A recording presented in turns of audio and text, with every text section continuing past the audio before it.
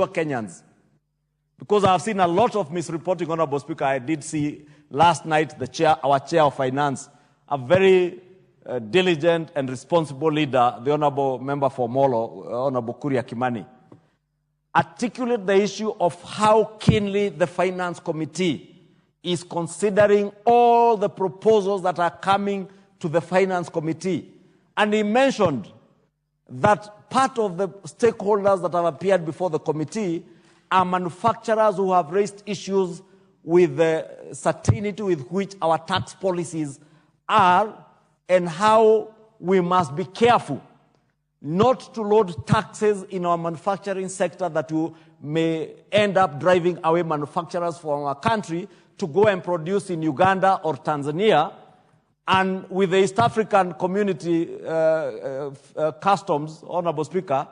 then whatever is produced in Uganda or Tanzania can find its way into our economy. But what that would mean, Honorable Speaker, is that Kenyans who are employed in the manufacturing sector will lose their jobs. And I have seen, Honorable Speaker, because people are keen on driving a negative narrative, they are now cutting part of that clip of what the member for Molo said and now pushing it on social media to say that the member of Molo, who is our chair of the Finance Committee, has said that there is no problem for manufacturers to move away to Uganda. And I must say, shame on all those who seek to send negative narratives, either on social media or on mainstream media, Honorable Speaker, and more so taking away what is said in good faith. Because the member for Molo and our chair of the Finance Committee was saying what he was saying in good faith, as the chair of the Finance Committee, assuring the Kenyan people that they are responsible leaders, responsible enough to be responsive to the issues that are being brought to them, Honorable Speaker. And Honorable Speaker, maybe just to digress a bit, that is why I was taking offense with what the member for Yatta was saying, and thank you, Honorable Speaker, for having ruled that that tender document he wanted to table was not a document worth the paper it's typed on. And just to confirm that that tender document, Honorable Speaker, is indeed true, that tender was even cancelled. And also to educate the member for Yatta that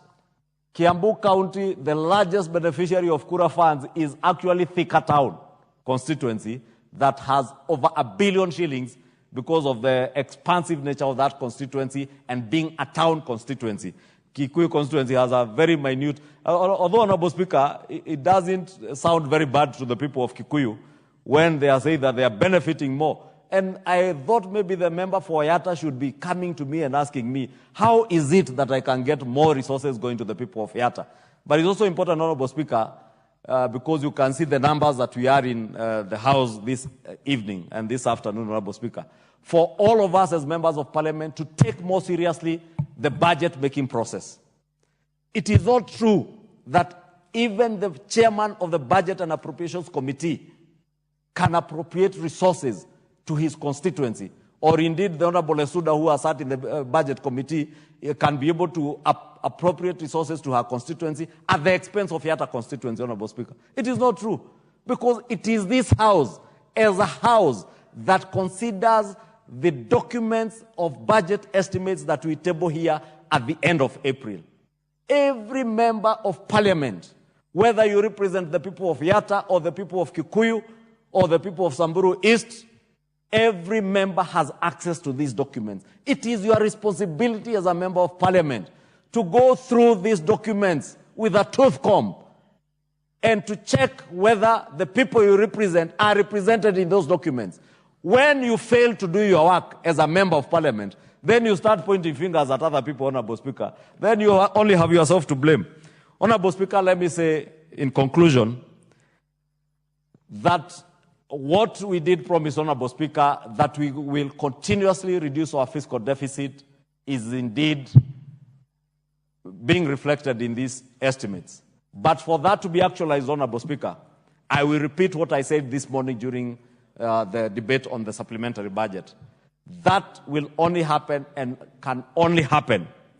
if and only if we achieve the revenue targets that we have set in these documents, Honorable Speaker. And therefore, if the Kenya Revenue Authority has agreed with the National Treasury that our ordinary revenue will rise to close to 2.8 trillion, whatever measures the KRA will institute to make sure that we collect as